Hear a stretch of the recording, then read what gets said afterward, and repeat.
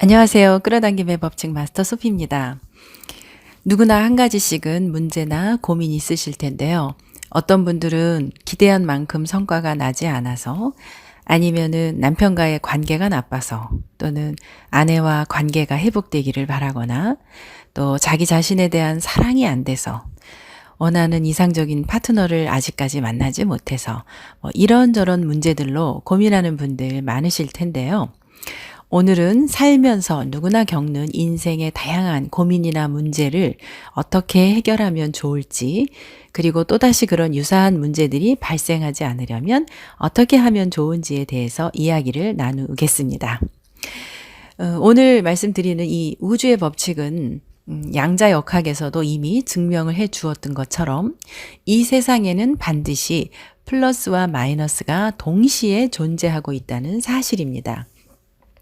그리고 이 사실만 제대로 이해를 하면 지금 내가 겪고 있는 이 문제가 있다는 것은 동시에 해답도 있다는 뜻이 되죠.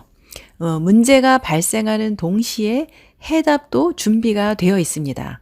이 답이 있기 때문에 문제가 존재할 수 있게 되는 거죠. 답이 없으면 문제를 낼 수도 없습니다. 다만 그 답을 찾는데 시간이 걸릴 뿐이지 반드시 문제가 있으면 답도 존재합니다. 그런데 대체로 그 답은 내가 보기 싫은 곳에, 내가 인정하기 싫은 곳에, 내가 지금 못 보고 있는 곳에 있기 마련이라서 시간이 좀 걸릴 뿐이죠. 끌어당김의 법칙에서도 같은 이치를 말하고 있습니다. 내가 문제를 문제로 보고 그래서 기분이 다운되면 그 기분과 유사한 일들이 끌려오죠. 그래서 문제나 고민을 어떻게 해석하느냐에 따라서 나의 감각이나 감정이 달라지기 때문에 지금 어떤 문제들로 고민을 하고 계시다면 오늘 말씀드리는 이 방법대로 훈련을 해보시기 바랍니다. 그러다 보면 어느덧 문제도 해결되고 더 이상 그런 유사한 문제들도 내 인생에서 사라지게 되죠. 가장 먼저는 지금 내가 안고 있는 그 문제나 고민, 그래서 고민하고 있는 이런 게 사실은 문제가 있는 게 행복이다라는 사실을 알아버리는 거예요. 어떤 문제든 그 문제로 인해서 얻는 배움이나 이득, 메리트는 반드시 있습니다.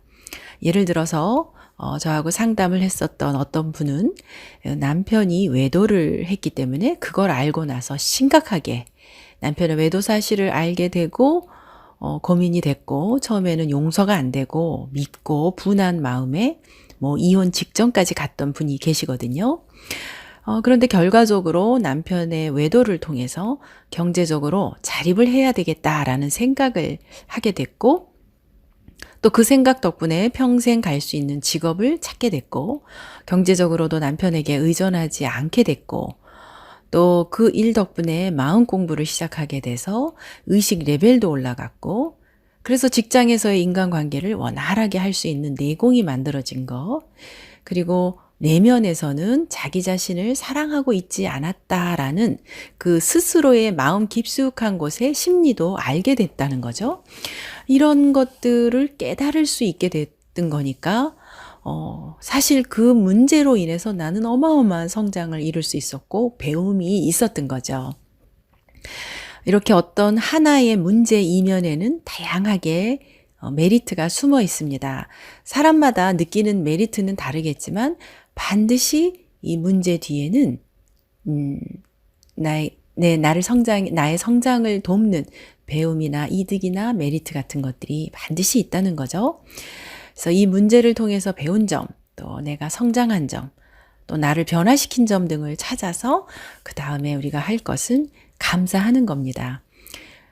사실 우리 인간은 고민이나 문제를 통해서 더 빨리 배웁니다. 문제가 없으면 배움도 없어요. 배우지를 못해요. 우리 인간이라는 존재가 그런 것 같습니다. 그래서 문제가 있었던 덕분에 내가 이만큼 배울 수 있었고 성장할 수 있었다라는 거를 알면 그래서 그 문제로부터 충분히 감사를 배우면 문제를 해결하려고 노력하지 않아도 저절로 문제가 해결됩니다. 오히려 이럴 때는 문제를 해결하기 위한 방법에 집중하기보다는 이 문제로부터 내가 어떤 것을 배울 수 있을까라는 것에 집중하는 편이 좋습니다. 고민에 집중해서 감정을 떨어뜨리지 마시죠. 오히려 다소 고민을 하는 것이 문제가 있는 게 행복한 겁니다. 이럴 때 또 내가 잘못해서 이런 일이 벌어졌다라거나 내 실수야 라는 식으로 자책도 하지 말고 내 고민의 감정을 싫지 말고 가능하면 기분 좋은 상태를 유지하기 위한 노력을 하면서 셀프 이미지를 채워나가는 훈련을 하시기 바랍니다.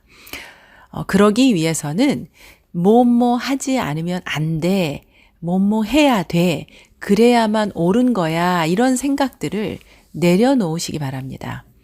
이런 것들이 있죠, 누구나. 가령 이런 상태로는 사랑받지 못할 거야. 조금 더 살을 빼야만 인기가 있을 거야. 더 예뻐져야만 사랑을 받을 수 있어. 이런 생각들, 이것도 뭐뭐 해야 돼, 하지 않으면 안 돼라는 생각들 중에 하나죠. 그런데 과연 그럴까요? 사실 이렇게 생각을 하게 되는 이유는 나의 본심이 아니라 부모나 학교, 사회적으로 고정관념에 의해서 심어진 생각들이거든요. 이 고정관념이 나쁘다거나 잘못되었다거나 하는 뜻은 아닙니다.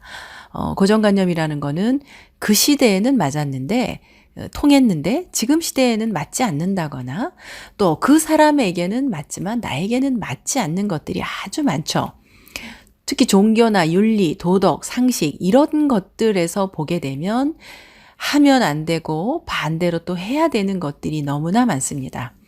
그래서 그렇게 하고 있지 못하는 나, 또 그렇게 안 되는 나를 자책하거나 또 그렇게 못하고 있는 남에게도 강요를 하게 되죠. 그러면서 파동을 유지하기는 쉽지 않습니다. 생각이 바뀌어서 현실이 바뀌는 일은 많습니다. 이럴 때는 무리해서 내려놓으려고 하면 더 어렵습니다. 이러면 안 돼. 이런 것들을 수정하지 않으면 행복하지 않아. 이런 부정적인 감정들을 억지로 이런 생각을 가지면 안 돼 하고 억누르거나 무시하는 게 아니고 이런 감정은 충분히 느껴주는 겁니다. 이 감정은 가솔린 같은 거라서 충분히 느껴주면 연소가 되고 마침내 사라지게 되어 있습니다.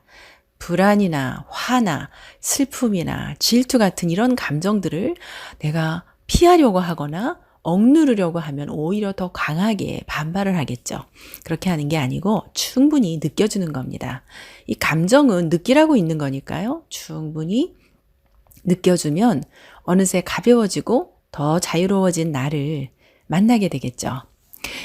오늘 말씀드린 이 방법들을 통해서 지금 안고 있는 문제나 또 앞으로 만나게 될 문제들을 지혜롭게 해결해 보시기 바랍니다. 또 이런 생각의 훈련 필요하겠죠. 또 직접 만나서 이야기를 나누고 싶은 분들은 부담 없이 오실 수 있도록 제가 개별 세션을 지금 하고 있거든요. 주말이나 주중에 날짜를 정해서 소수의 몇 분들하고 모시고 세션을 해드리고 있으니까 밴드에 일정 올렸습니다. 보시고 참가해 보세요. 저도 어떤 분들과 만나게 될지 기대가 됩니다. 자, 좋은 계절 만끽하시면서 오늘 이야기 조금이라도 풍요로운 인생의 힌트가 되셨기를 바라면서 여러분의 행복한 성공을 응원합니다. 감사합니다.